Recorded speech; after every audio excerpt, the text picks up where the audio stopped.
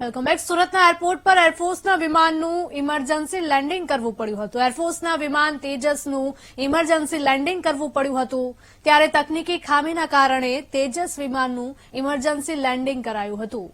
ખામી દૂર કરાયા બાદ તેજસ ફરીથી ઉડાન ભરશે. મહત્વના સમાચાર સામે આવી રહ્યા છે.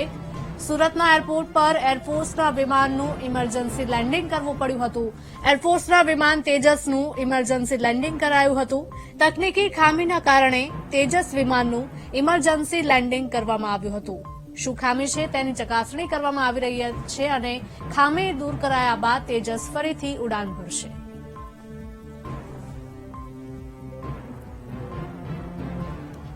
સુરતથી સમાચાર સામે આવી રહ્યા છે.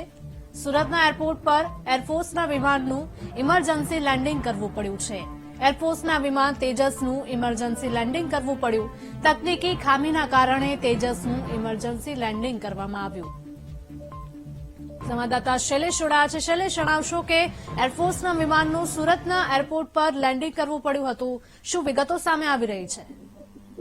સુરત એરપોર્ટના સૂત્રો પાસેથી જે વિગતો મળી રહી છે એ અનુસાર સુરત એરપોર્ટ ઉપર તેજસ વિમાનનું ઇમરજન્સી લેન્ડિંગ કરવામાં આવ્યું છે. એક ફ્લાઇટ દરમિયાન ટેકનિકલ ખામી સર્જાતા ઇમરજન્સી લેન્ડિંગ કરવામાં આવ્યું હોવાની વિગતો સુરત એરપોર્ટના સૂત્રોએ જણાવી છે. બીજી તરફ અહીંયા જે ટેકનિકલ જે કંઈ ખામીઓ હતી એ દુરસ્ત કરવાની હાલ કામગીરી ચાલી રહી હોવાની વિગતો મળી રહી છે. અલબત્ત અત્યારે સુરતના એરપોર્ટ ઉપર તેજસ વિમાનનું ઇમરજન્સી લેન્ડિંગ થયું છે અને તેને ટેકનિકલ જે ક્ષતિઓ હતી એ દૂર કરવાની કોશિશ થઈ રહી છે. જી બિલકુલ શૈલેષ, આભાર.